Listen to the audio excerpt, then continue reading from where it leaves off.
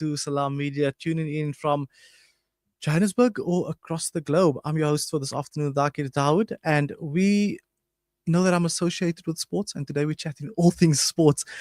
Next up, I've got our first guest for the afternoon, Sedick Crombie, who's going to be telling us about the untold stories from a divided nation. Assalamu alaikum, Sedick. Very interesting book, and I'd love to dig into it immediately. Assalamu alaikum. Wa alaikum salam wa rahmatullahi wa barakatuh, and good afternoon to the listeners. It's actually a pleasure to be afforded the platform to convey the book that I've written to the listeners and viewers. Sedick, it's a fully loaded book, and I mean, this is one that every rugby lover would love to read in this country, just because it helps you understand the past and how we got to being a multi World Cup winning nation.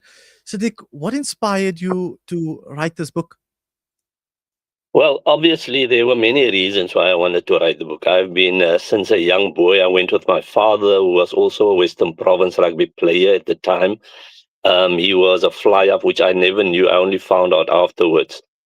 But nevertheless, that's a moot point. I think the reason why I wrote the book is when I went to rugby with him from a very young age. We used to crisscross the country watching rugby, whether it was in the Eastern Cape, the Northern Cape, the Southern Cape, across Cape Town and surrounds into the Boland. You saw some great players, very talented players that actually stood for principles, that didn't want to play rugby on the basis of a racial stereotype where black people only played with black people, colored people with colored people, white people with white people, etc. And the non-racial fraternity, which they eventually belonged to, they decided to break those barriers where people played across color lines. And when we had white players eventually playing in the Saru fold, played against black unions, mixed teams, etc. While the other side were just the Danny Craven white establishment, the colored establishment of the Federation, and the black establishment of the South African Rugby Association. So I realized that these people gave so much to the building of a new South Africa. They actually sacrificed their talents. They sacrificed even their work to be part of a new setup in sport and in South Africa of non-racialism. And today there's nothing that basically records that contributions. And I can confidently say that where South Africa stands in the world of sport, and especially rugby, is basically on the backs and on the shoulders of these giants of non-racialism. And I think the reason why I wrote the book obviously was to basically bring homage and to give credit to their sacrifices, because nowhere is it in the South African public domain, the contributions that they have made. So that in a nutshell is one of the background or some of the reasons why I wrote the book. Look, it's an interesting point that you raised there. Obviously, the lines that were blurred at the time, and it was way before my time. But with the research that I've done and the little bit that I know on non-racial sports in the country, it was very much divided in terms of racial lines, to the point where it was culturally segregated as well. Could you possibly run us through some of the unions that existed at that time in order to form a successful South African rugby union, if you want to call it that? Yeah, just to answer your question, in that respect, obviously there was the bulk of the players were in the Western Cape, where the bulk of the people that played rugby mostly resided. But there was a Transvaal Union, there was the Natal Union, there was the Western Province Country, there was the Western Province Central District, there was the Western Province Rugby Union. There were 3 Western Province, but each one had a different location because there were so many rugby players that had to be accommodated. In our vicinity, there was also the Tygerberg Rugby Union, there was the Somerset Rugby Board Union, there was the City and Suburban Rugby Union, there was the Boland Rugby Union, there was the Southwestern District Rugby Union, there was the Eastern Province Rugby Union, there was the Uitenhage Rugby and Districts Union, there was the Cedro Rugby Union, the KwaZulu Rugby Union. I can go on and on, but there was probably nearly 30 unions which played in the stable of the non-racial South African Rugby Union at the time. Interesting. And then for me, it's just amazing. And I'm sure there's many listeners and viewers out there that want to know, how do you guys manage to choose a national team from so many different unions? Because obviously back then it was different, where today a coach could call up clips from players that is across the globe, and you can see if that player has the skill set that he requires in the national team or in his setup. Back then there was no access to video footage as easily, and that's also on that point of video footage that also comes back to telling the stories. Because of the lack of video footage, my generation and the generation that come after me, many will think it's folktale, but then we'll have books like yours to refer to, and we can tell the generations to come that our people comes from a strong rugby background and a strong rugby history. Yeah, definitely. And I think I just want to touch on your previous point as well, which you asked me that rugby was culturally based. It was also based in a different setup where each one played to its own. And obviously the book starts off with chapter 1, where I contextualize politics and its role in sport, and especially in rugby in South Africa, where the then doyen of South African rugby, Dr. Danny Craven, said, not in his lifetime will there be a black springbok. And here we have a captain today that's a black springbok. But that's another point that actually is being conveyed in the book. What I'm trying to bring home is that we constantly say keep politics out of sport. But it is actually exactly because of politics that we were kept behind, that we were not given the opportunities. And it is exactly because of politics that basically forced and coerced South Africa establishment at the time under the apartheid regime to change their mindset, because the world was shrinking for them and they had to go outside the scope of the normal procedures in world sport, where they had what we call these rebel tours. And these are all encapsulated in the book. And the book starts off with chapter 1, politics in sport. Politics in sport throughout South African history has played a dominant role. And it is not only in South Africa, but if you look currently in the world of sport, if we look at the FIFA, if we look at the cricket, politics continues to play a role internationally. It might not have been so dominant in the international arena at the time, but it's becoming more prominent nowadays in the international arena.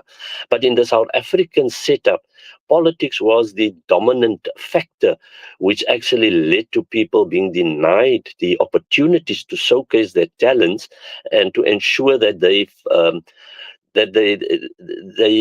actually take up the position which is naturally there on the basis of their talent. So yes, we know that.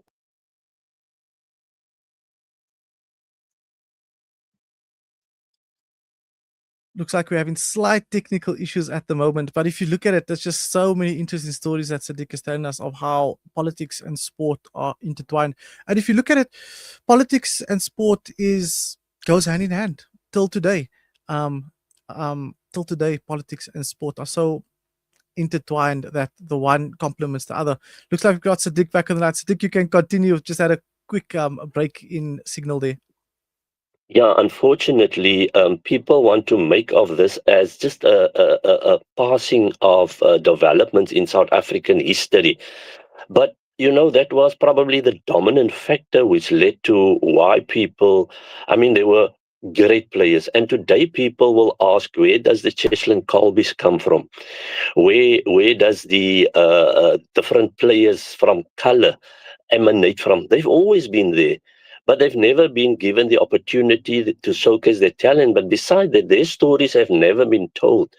And this is one of the reasons also. You asked me earlier on what was the reason for writing the book. There's a myriad of reasons.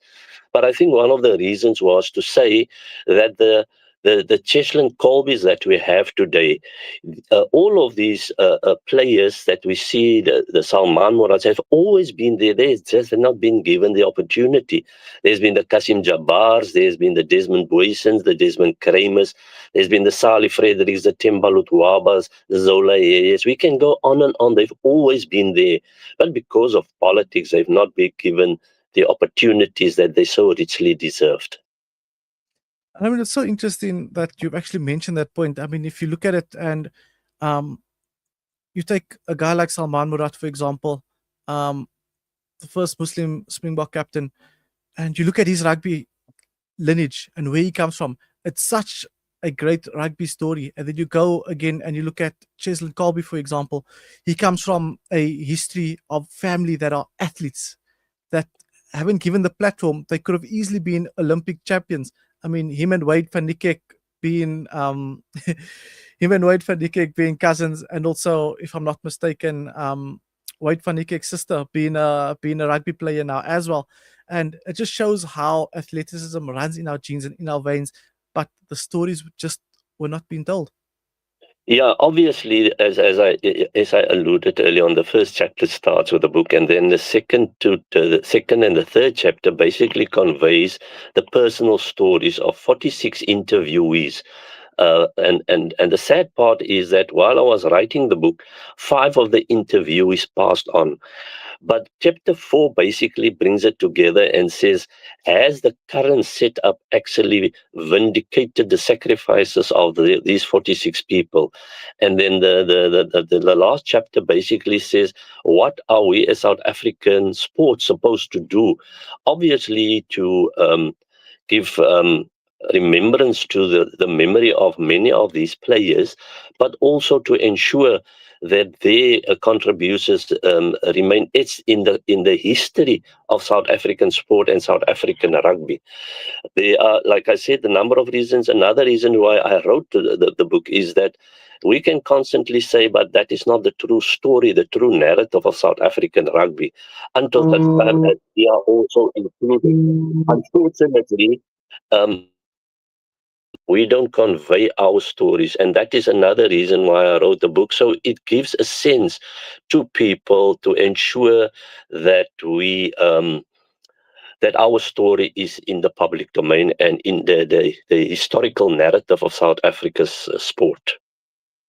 100%. That's why I've got platforms like Salam Media for us to tell these stories and document these stories so it can live on one day, and people can look back at it and realize that we come from a strong sporting background and history.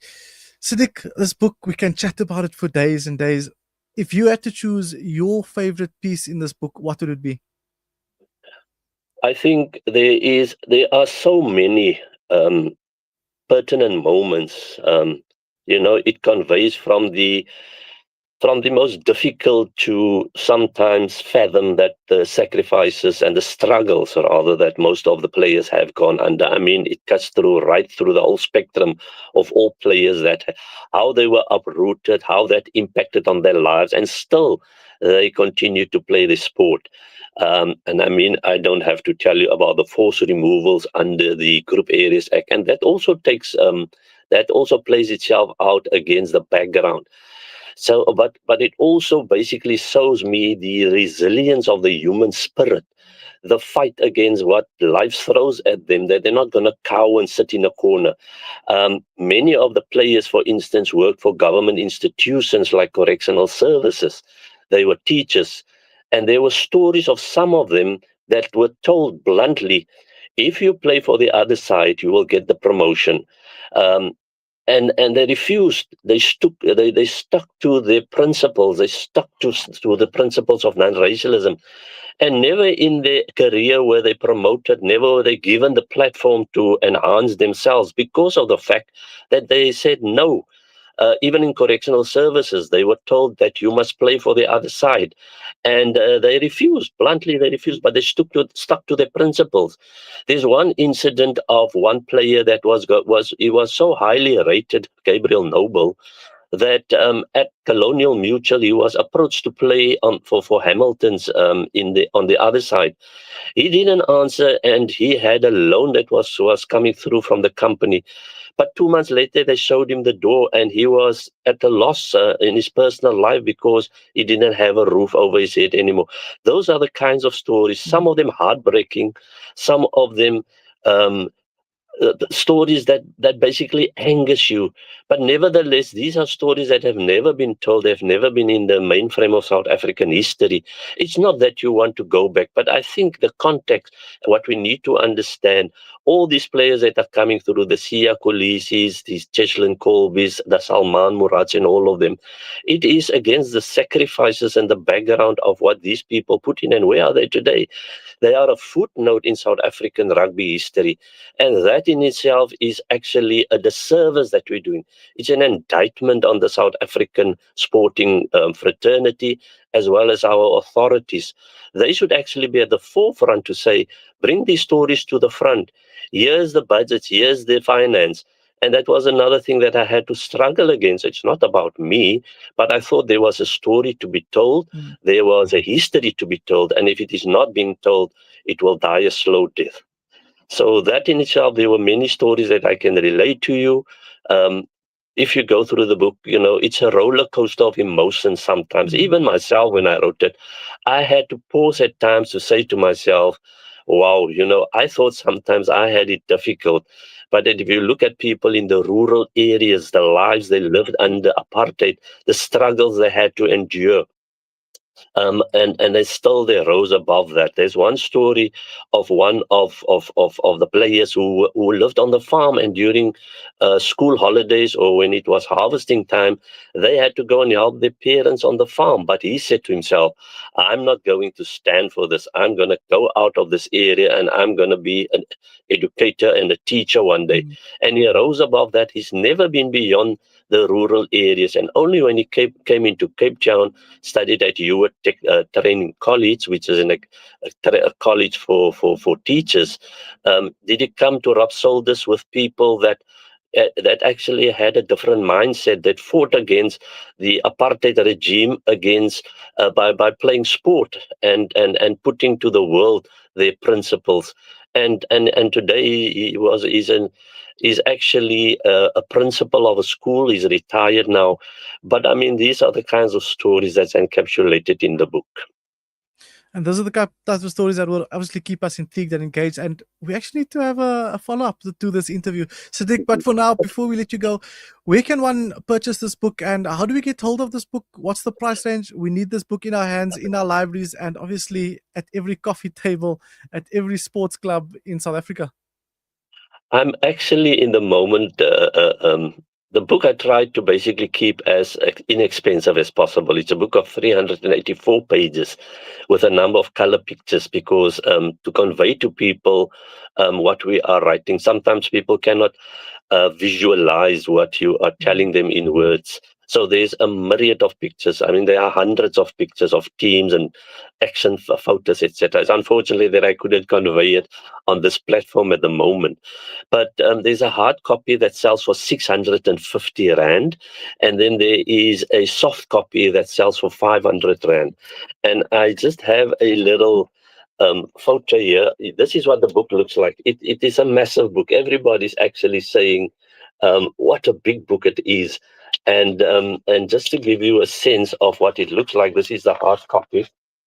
This is some of the photographs that are in the book, and it basically gives a sense of what was available to our people in terms of rugby at the time.